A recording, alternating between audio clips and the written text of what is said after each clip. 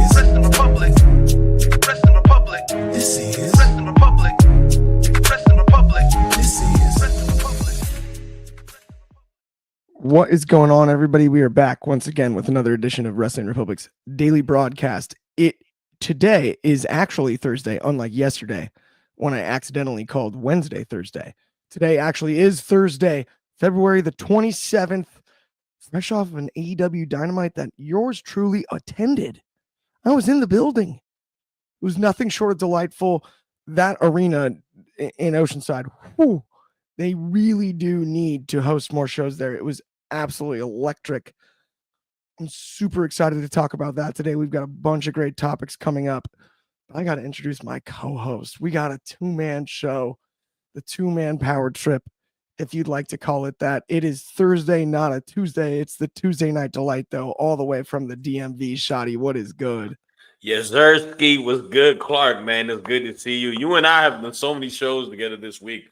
We probably got one more in the cut with Sunday Spotlight this week as well, but it's always a blessing. Feels good to be more full-time this week in Wrestling Republic. I'm happy to be on all the shows that I have been able to be on. And yeah, man, I'm hyped to hear your perspective about the show live because the crowd was very hot last night, gave a lot of good interactions. It was a very fun show. And I'm going to be real with y'all, man. AEW is really proving a lot of haters wrong as of late because the storytelling and the storylines leading into Revolution, this may be the best build-up to a pay-per-view that I have seen in AEW in years. So I'm super excited for Revolution. And hey, man, LA, big city of dreams, huh? Yes, absolutely. I'm so sorry. I accidentally lost the camera there. I was trying to put both of us on the screen and then it went to one. But no, it is amazing. Revolution in LA, Southern California showed up last night. Let's start there really quickly because I found it fascinating. I mean, we talked about smaller venues. Mm-hmm. It's interesting. This is a very new one. Mm-hmm. This building in Oceanside is where the San Diego Clippers play. It's really cool how they set it up. It's, Intuit Dome obviously is also a new venue as well, north, but still related to the Clippers. It's really incredible how they have set this place up. It's all local foods, some of the best concession stand foods I've ever seen at an arena. Nice. Every seat has. Did you get those nachos you were talking about? An idea of oh yeah. Yeah, no, this place over delivered. They had this amazing balcony that you can actually see the ocean from. Mm-hmm. Off to the side with like a little bar that you can sit and eat at, and the that's tables beautiful. were there. That's it was beautiful. Very, very, very cool. Like I really cool experience. Both me and Carter were blown away. We were like, and so to your point, right? It's similar to my experience in December when I went to the Christmas show with the Darby and Ospreay match. The fact that we can get away from this stupid remarks about Tarpo, nobody goes to shows, blah blah blah, and they've created. Now you saw last night, it was a packed house. When I went, it was a packed house. Like they're booking venues that make sense, and it just looks aesthetically so good on TV. Does. Like the crowd, like right here, man. Fernando Zayas says. The crowd was amazing last night. Y'all were lit last night, man. It was loud as could be. It was awesome. And even Josh with Let's Go been too long. Yes, sir, it has. Yeah. But this is something I found interesting. So Tony Khan came out twice. You've been to AEW shows, I love when I love Tony Khan, bro. As much as I make jokes about him, he's such a good energy, man. On the front end, he got a lot of like a solid reception. There was a little bit of like I would call it a murmur, not quite like boos, but it wasn't like lack of cheers. It was everyone was kind of excited for the start of the show, and that was when he was announcing, like, after they had done the 2 dark matches for ROH, that Dynamite was about to go live. After the conclusion of Dynamite, before they taped the rest of ROH, he then once again addressed the crowd and came out, and it was really interesting. He got booed at first, and I think it was because it was a little bit later in the night. It was a rowdy crowd. Yeah. So it was more split. It was like half cheers, half boos. And then it was I got to give Tony Khan credit where it's due here. It was like almost like a babyface promo he thanked Oceanside and San Diego for like the hospitality put over the arena, put over the crowd. And by the end of him talking, not only was the crowd fired up, but it was interesting. Both me and Carter noticed it. There were people leaving at the conclusion of the Dynamite taping. And usually you see that, obviously, when you're taping multiple and whatnot, that happens. Wednesday A night. lot of people ended up back in their seats for ROH. Nice. And I don't want to give Tony Khan full credit for it, but he did a really good job. And when he suggested bringing it back to Oceanside, the crowd went ballistic. Oh yeah. They wanted it back there, which I think is really, really cool. Let's talk about the show itself. Let's get into it.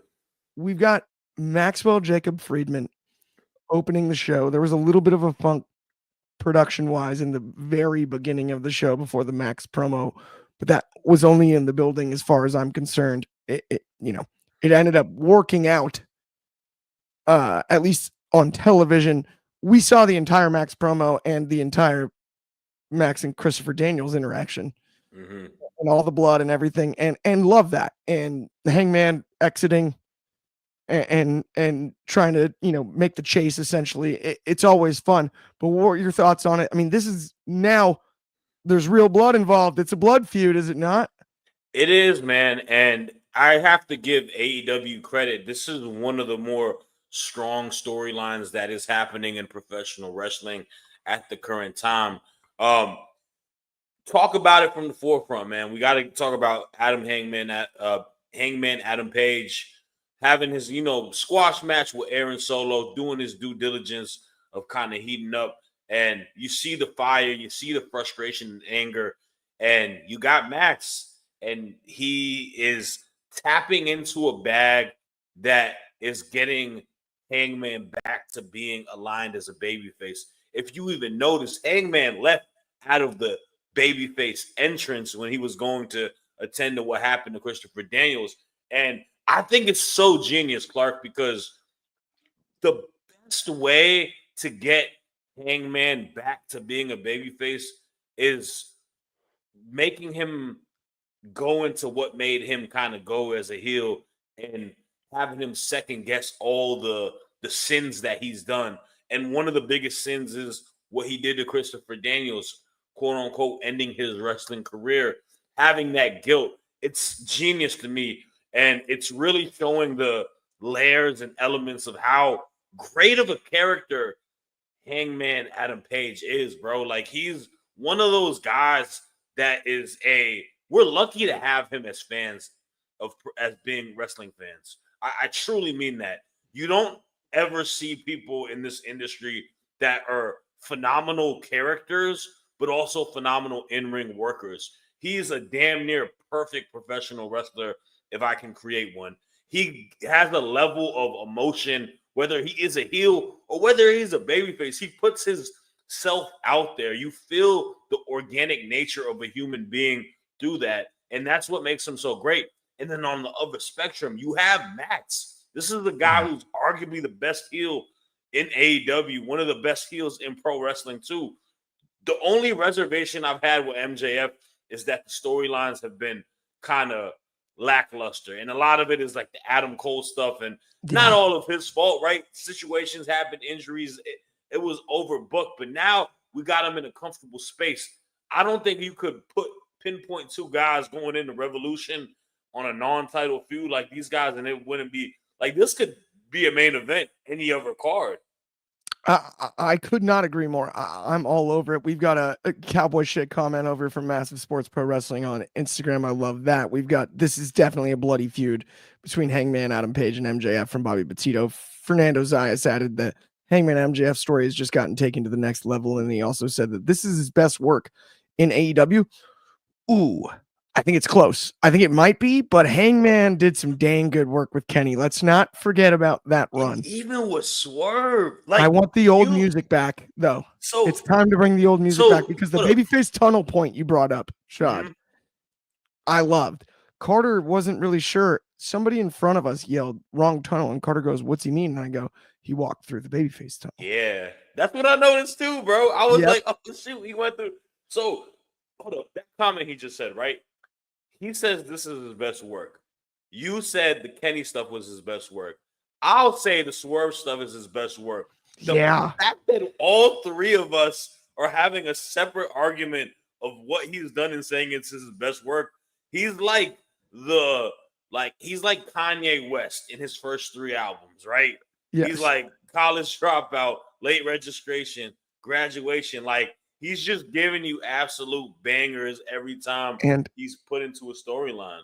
I don't want to sound like a tinfoil hat conspiracy theorist, but I am going to say this, Shad. You know what I think the problem is for why we don't give him enough credit? Why? CM Punk decided he didn't like him. I agree. CM Punk made an executive decision that he didn't like him. So here's the thing. I'm a big CM Punk fan. He's one of my favorite wrestlers of all time. I think he's an all-timer, but it's just, how that whole situation played out, I think it was a bit corny on his behalf. I'll be real with you, because think about it like this, man. Hangman is such a real dude. He's such a genuine dude. The guy was a damn school teacher. So I feel bad where it became like we're vilifying that. And I think CM Punk is a great dude. In all honesty, I think both of them have very good hearts as people. It's just the level of egos being in the industry that really can stir stuff away. But for that to be the reason, I definitely agree, because Hangman is Mount Rushmore in AEW history. I don't care what no one says. Like, he's cemented in there with Kenny, with Mox, right? You gotta put Hangman in the best 4 of all time, because I think he's arguably just the level of work best that he's babyface put in out there. AEW history. I think he's arguably the best babyface in AEW history. And it's interesting to me because, and here's my only issue with the CM Punk thing, is like, I just don't think he likes cold beer and country music. And he dealt with Jeff Hardy on screen, and to go out and bury Hangman Page at his age and with his amount of talent and how important he was to the company, it was selfish. It was going into the business for yourself, and we didn't treat it that way with CM Punk as much. It was like, well, it must be on Hangman. I don't know, man. Multiple things can be true at once, and I think that the entire situation played out in a way that was unfair to Adam Page. Like, and you gotta look at it like this too, man. Like, AEW is some people wear it like on their sleeve. They wear it with pride. Like Eddie Kingston is the same way. That's why, similar situations, these guys, Darby, they only care about AEW. They don't give a flying F about the WWE, going to the WWE, anything like that. Before we do move on, you brought up Eddie Kingston, but it's really interesting. The crowd last night chanted for Eddie. I think being very aware of him not being there, making a return soon. I know, but like more than one time. And it was really interesting, like during matches where honestly it didn't actually make logical sense. Yeah. A few times, like especially during the ROH taping, you're getting Eddie Kingston chants like he's not coming out now. Nah, he's not coming back now. I think it's coming soon though. I've been peeping interviews. I've been peeping social media. I think it's gonna be soon, bro. It is. All right, let's move on to our next one. We got Billy Starks finally meeting Mercedes Moné, CEO. Talk to me about this one. This was so fun in the building, especially the promo from Mercedes. The crowd really, she had like legitimate heat. This was not go away heat. It was, she got them riled up and booing her and did a great job. And, the Southern California crowd is interesting because they toe the line, I would say, like as a crowd, whether it's San Diego or LA, of hijacking the show at times. Mercedes did a good job of bringing it back where the crowd was vocally against her in the context of the show. And I thought that was brilliant. But Shad, I got to get your thoughts on it. Dude, this was one of my favorite moments of the show last night. And I got to give it up to the ladies, because I think 2 of my favorite moments were particular to the women's wrestlers. And this was one of them. Mercedes obviously has a big time match going into Revolution. We had, the show in Japan where Momo Watanabe won the Fatal 4-Way. and got the number one contendership. Her and Mercedes is going to happen. Mercedes is talking about the you got to show up to Dynamite. And you had the interaction between her and Billy Starks. And that alone just moved me so much, man, because Mercedes is the best heel women's wrestler at the moment. And it may be by default because people have kind of turned on her, whatever it may be. But a veteran who's super savvy in this business knows, okay, I'll pivot. I know exactly what to do. I've done this before. I have been the heel. You saw me see the little Bailey girl cry back in NXT. I know how to do this, and she did it. The interaction with Billy Starks, though, my oh my, that makes me very excited because I am a big Billy Starks fan. I think she is one of the more underrated, up-and-coming young wrestlers that's, not even in NXT, obviously. We talk about like the Roxanne Perez's in the world. She was in that same breath. She was 16, 17, killing it on GCW shows, having death matches. She is really good, and she's doing phenomenal work in ROH, and it opens up the possibility for an Athena to step in going against Mercedes. This confrontation with Billy means the long-awaited match with Mercedes versus Athena, and Athena performed on ROH last night and looked absolutely outstanding. The crowd was obsessed, and there was a lot of people in the building. She was the ROH main event, so that was the latest match that we stayed for. Yeah. Absolutely incredible. And I'll say this, it's kind of funny. We were talking about it last night at the show. There's been a lot of criticism over the AEW women's division, how it's been booked, all those things. The dust has settled, and a lot of wrongs have been righted. Yeah. In a lot of ways, people are like, it's starting to work. Tony Storm and Mariah May is off the charts. Mercedes Moné is hitting her groove. So there's all this talent, and it's just getting better and better. And obviously, you and I wanted to talk about as well, Shad, about Willow. Willow and Marina Shafir. So, one second before I do get to that, I want to preface one other thing. Obviously, that I'm excited for her and Athena. I will say, going into Revolution, if you guys are not aware of Momo Watanabe, please watch some tape. She is incredible. Part of a faction called Hate. She's amazing. That's going to be a banger match. They had a match at New Japan Strong in DC. It was a banger match. I'm glad they're going to rerun that. Now, I do exactly. Willow and Marina Shafir. Like, this is what I'm talking about. AEW's women's division has been labeled the weakest in the, American circuit, and that may be due to time, given whatever it may be. But we can't deny the fact that there's a lot of prevalent side storylines that don't have to deal with the titles. Marina Shafir has been positioned as like one of the most badass women in the strong planet. As could be. Like I always say, like the reason I keep my Death Rider stock, intact is because Moxley makes her feel like Triple H made China feel. It's that Extreme Couture connection there. Yeah, like that's like it's the same wheelhouse. Like he knows, like, that's my go-to card. That's my main shooter. That's the scariest person on the team because China was the most imposing threat physically. Marina Shafir is probably is without a doubt the best fighter out of all the dudes on that faction. And absolutely. Then Willow getting the opportunity, turning the leaf, but not turning heel, getting her comeuppance. Marina's been messing with her for all these whiles and hitting a concerto on her. Like that alone was such a monumental moment, bro. I loved everything about it. It was so fun. Yeah, it was. It was a huge moment. And like like you said too, the division, I mean. But yo, we gotta say this real quick though, man. Because a lot of people give Mercedes a lot of BS. And I'm so tired of it. The woman has turned the leaf for AEW's women's booking.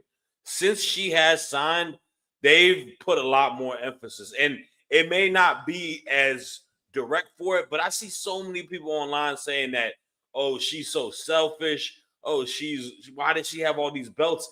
You guys, you realize that only one of the belts is on the show that we watch? Yeah. Like those other belts are from other promotions, and does that not help those promotions out? Do you not want to tune in to Rev Pro when you see their Yes. belt on her on the AEW? I know, no, this is no knock on Rev Pro. This is no knock on New Japan. But there's a lot more people watching the Dynamite on a Wednesday So than they true. are watching their show. So it Okay, is what it is. let's talk about Willow now, though. Yeah.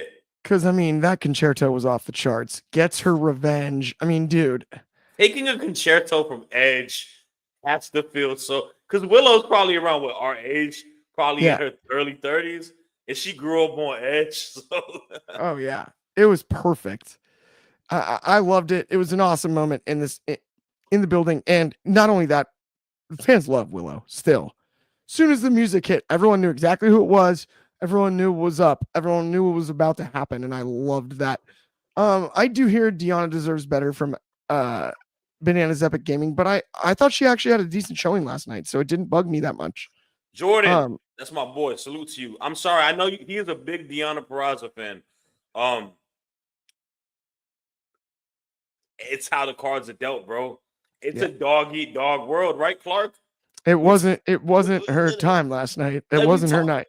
We talk about it, bro. Like, just because you were the biggest signing don't mean you the best. Harley Cameron is undeniable right now. It's so true. Harley Cameron is off the charts. We also have Fernando Saez with Mercedes pound for pound best women's wrestler. She has all the belts to prove it. Yeah. Like, doesn't bug me. I always say Becky is my GOAT, but like Mercedes is definitely like so close. As good as anybody. Her. So close to her. Those are like my two favorites of all time. No doubt about it. Oh, we also have Willow's 31. There you go. Okay. She's like our age. Okay, let's talk about things that aren't 31 right now. Let's talk about some new things. Let's talk about Demand Progress Plus. Use this code Watch Progress 1. You're going to get 50% off your first month on Demand Progress Plus, the home of Progress Defy, and many more promotions. This is a wicked one. Do not pass up the half off opportunity there.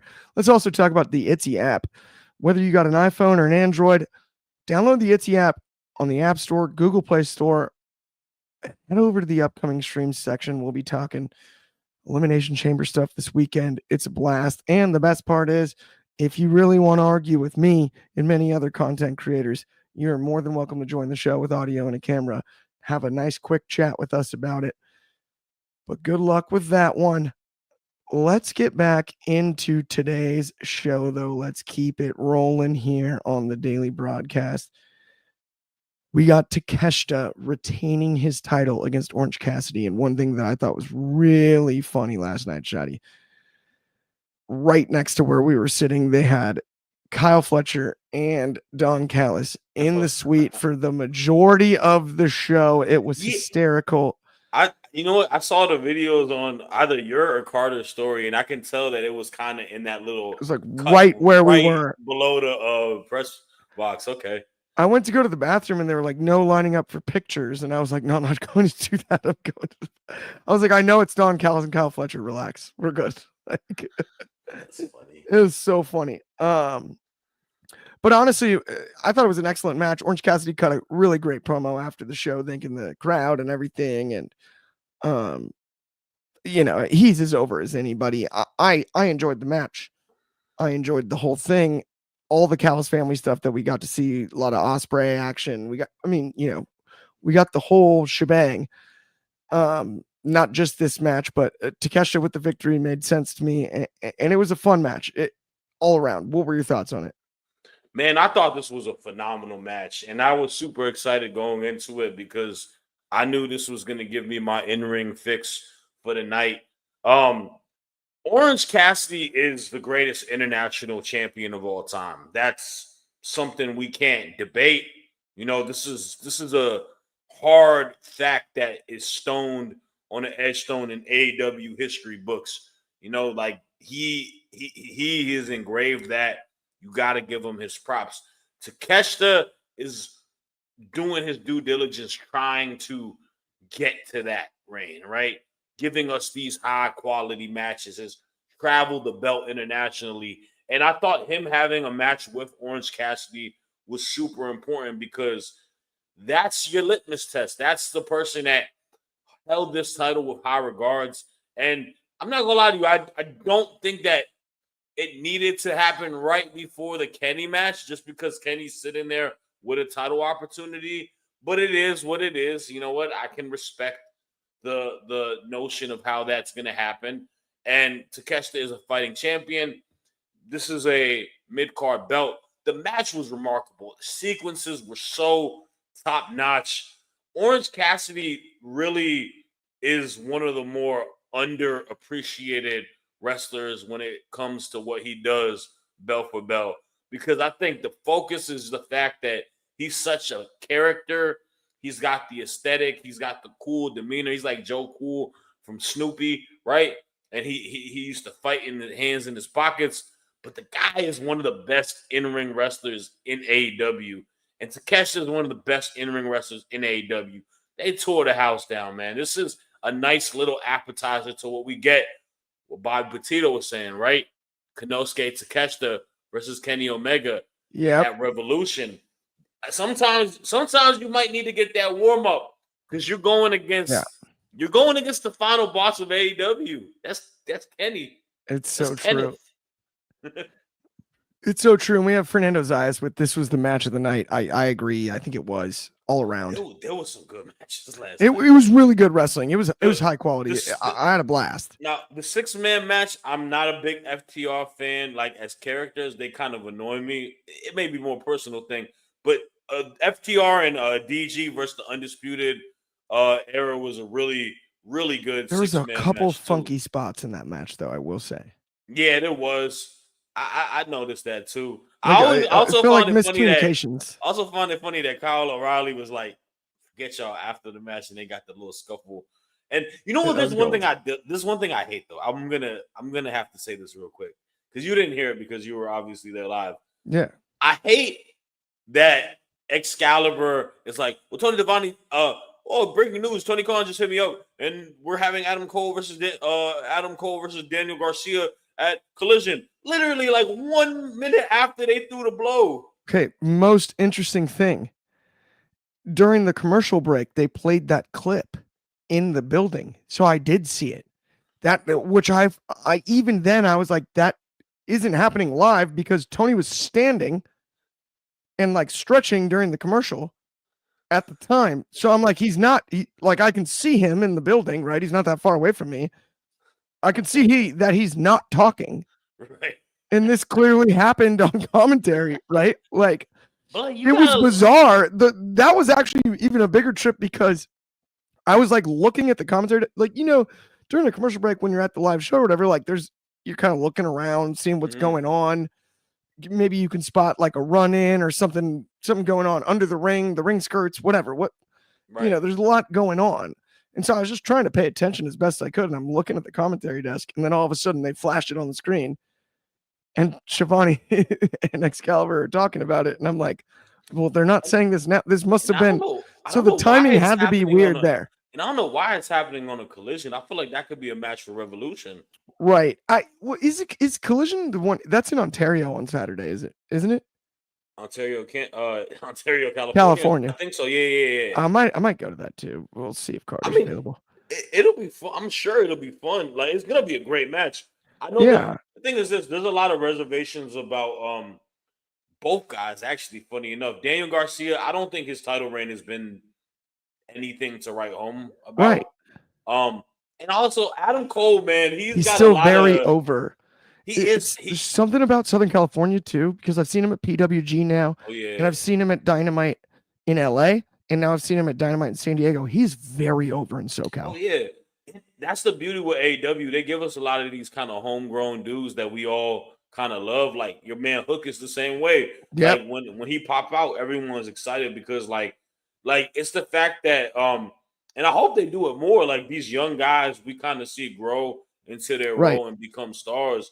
Like that's the beauty of it. Like I see, we see it a lot with NXT. That's what makes us excited. Like during the Royal Rumble, I was so hyped to see, all the women go in there, like Roxanne, Vaquer, Julia, Jada, but more importantly, like Jada Parker, Lash Legend. Like those are the people that we like seeing come from the mud. So like I want to see some of these guys from the mud. And I want to see Dan Garcia. He's very talented. He's a great worker and he's a great character too. So he's well versed. 100%. Okay.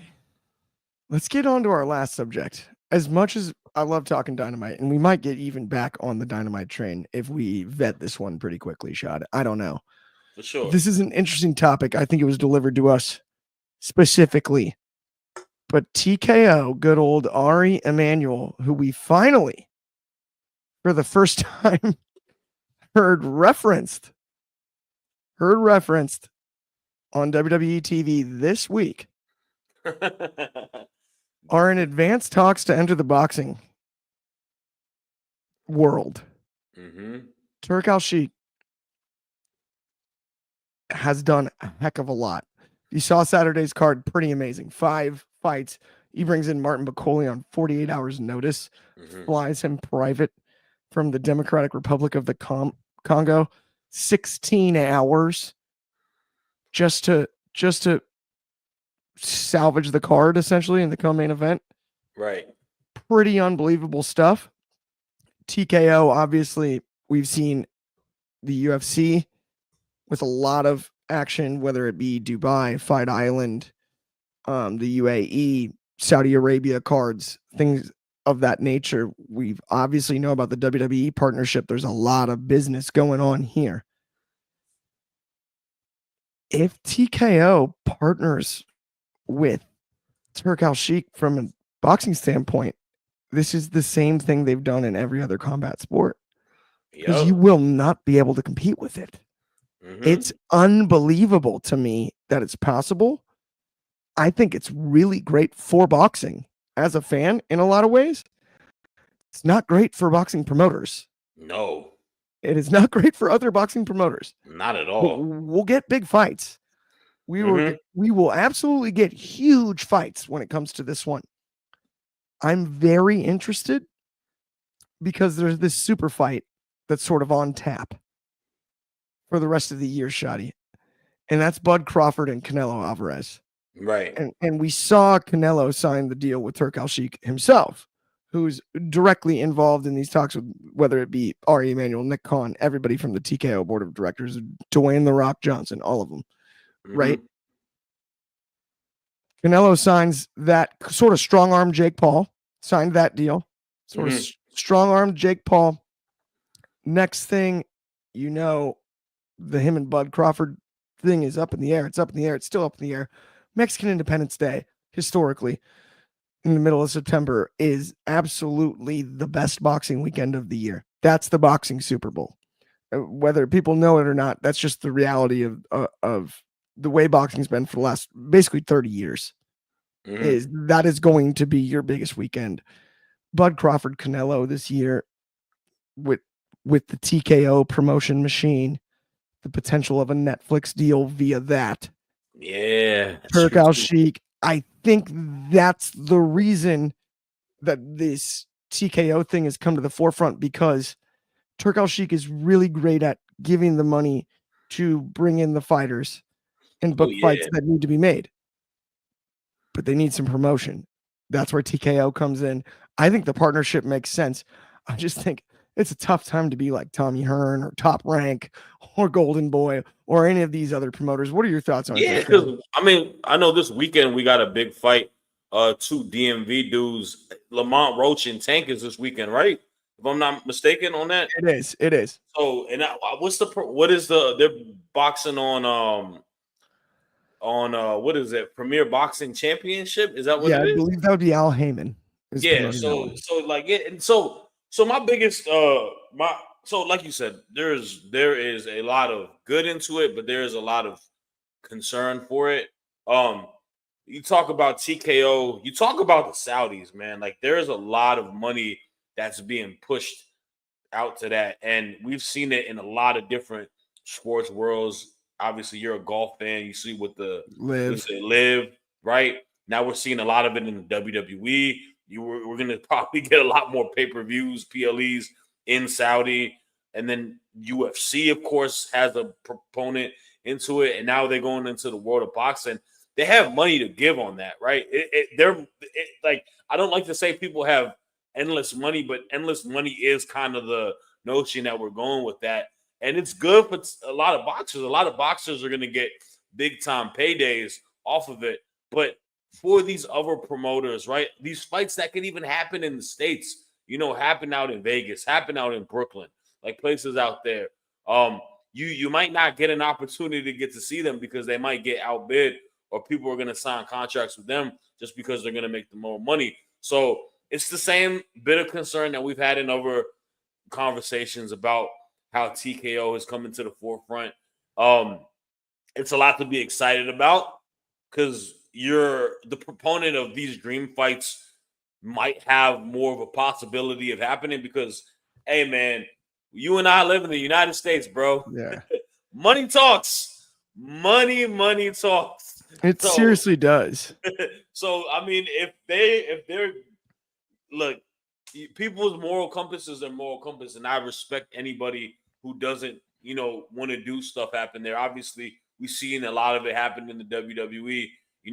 Like CM Punk is a big guy who's been a proponent, not wanting to do shows in Saudi Arabia. Right. But then again, you see all these wrestlers who they jump on these cars, man. We like back in the day, we have all these old heads come back and stuff like that into cars, the Goldbergs, the Michaels, Undertaker, Triple H, all of them prior to it, right? So my question is, do you think this is gonna be a bit of like, because the sport of boxing currently is such a dicey thing because there's the mainstream boxing has become meme boxing, right? This is the most interesting part to me because Dana White is involved in all of this, right? Just like Nick Khan is, Mark Shapiro, all of these big names from TKO, right? Right. Dana White's one of the best promoters of all time. Like, unbelievable combat sports promoters. Separate ourselves from like the wrestling thing. I'm not trying to make comparisons, but like Dana White is dang good, right? He built the UFC just like unbelievably well. Now, this is where he has surpassed pro wrestling in like such a short time frame, I feel like. Right. This is where it's really fascinating, right? Because like you mentioned, the Saudi Arabian cards, like we saw that last weekend with, five fights that would be main events normally in boxing, right? Mm-hmm. Dana, when he tried to start Zuffa boxing back in the day, obviously he did the cross promotion and allowed it with Conor McGregor and Floyd Mayweather. That Dana helped promote that, and so did the UFC. This is pre-TKO times. But like for Dana to be involved in this, I think it has a lot more to do with Vegas. If that makes sense. Vegas being the fight capital of the world. That's and true. Turk Al-Sheikh has been able to put together these electric cards, these crazy fights. Beevil better Beeve. He got Crawford to fight a fight that nobody really thought he would. Multiple really, really, really electric cards. Now, the big rumor has been, well, where do they hold Bud Crawford versus Canelo? And, Canelo's switched promoters and everything, and he's signed this deal with Turk now. And so there's so many names involved and whatnot. Canelo loves fighting at AT&T in Dallas. Okay. Mexico City's a choice. Crawford has suggested University of Nebraska. You get 90,000. He's from Omaha. That'd be pretty incredible. That'd be crazy. I think that'd be amazing. But the logical one is Allegiant, right where they're holding Mania this year. At the Raiders Stadium. That's the one. And that would make the most sense if Dana White is involved. Mr. Vegas, he's practically the mayor unofficially, right? At a stadium like Allegiant, Turk Al-Sheikh, you can really load up that card. They can probably make the biggest card of all time for Bud Crawford and Canelo on Mexican Independence Weekend in Vegas. That's, I think, what all of this leads to. What's interesting, though, is it's advanced talks. There's a lot of conjecture when it comes to the conversation about this. What I'm unsure about is whether this is a long-term thing or a short-term co-promotion thing. Okay. Does TKO long-term want to do Dana White's vision and create a UFC in boxing where it's a league? It's not necessarily about the 5 different titles and the multiple different promoters and all that negotiating. It's like more of a league. You put a lot into like that you're signed to. Yeah. Or is this kind of a one-off to promote the biggest fight that you can make? in boxing. That's where I am most fascinated by this Yeah, one. yeah. I mean, obviously, it seems like it's still in the talking stages and close to Yeah. be done. So we have to wait till everything is confirmed, see all the logistics of what happens. But like you said, my heart goes to these other promotions Yeah.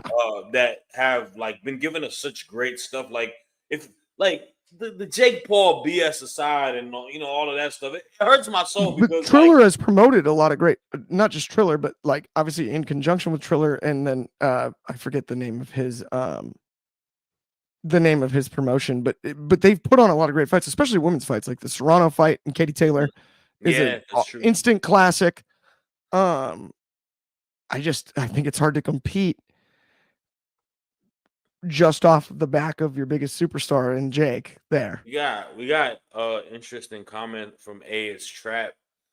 It will all fail. Wrestling model fluctuates and won't translate to boxing. See, Yeah, I don't think they're going to go full wrestling model. I I mean, don't. promotion is promotion here. I think Mhm. this is more about, remember they own UFC as well, right? TKO does. And so in partnership with Turk Al-Sheikh, no, PFL is mixed martial arts, Bobby. This is going to essentially, so right now with boxing, you've got the big, all the belts. You have the WBC, the WBO, the IBF, and the WBA, right?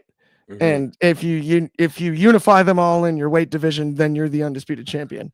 I think what they're going to try to do is skip that step and build a league where it's like if you win that title, you're the undisputed champion. Champ. And that would be the only thing that they're taking from wrestling. Based off a premise of like records and stuff like that. Right. And okay, that makes sense. So you'll be that might honestly like clean stuff because they're probably not going to initially have a big like roster, assuming, right? They'll probably have like I think it'll be a pretty deep roster. I think that's what they're actually looking to do.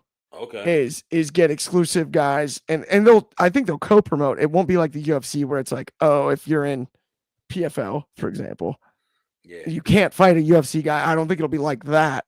But like like say Devin Haney's not signed to the new league, they'll have to co-promote with Top Rank. Yeah, they'll book him and they'll co-promote with him and do numbers. They'll co-promote with Top Rank. They'll co-promote with like Mayweather Promotions for Javante and like Badu Jack and names like that. Yeah, man. And then, I mean, what's interesting is if everybody's going to fight everybody, this whole undefeated chasing thing in boxing is going to get quelled. That's the result I'm looking for. That's true. People are obsessed with trying to be the next Floyd or Rocky Marciano or like, I want that goose egg on my record. I want that donut, the zero. And it's like, well, but then you're not going to fight everybody. Like Roy Jones always talks about it. Like after he actually got clipped the first time, when he fought his best because he's like, okay, wait, no, the blinders are off. Now I know what it's like to lose. What do I have to lose? And he fought harder. No, you tend to fight more.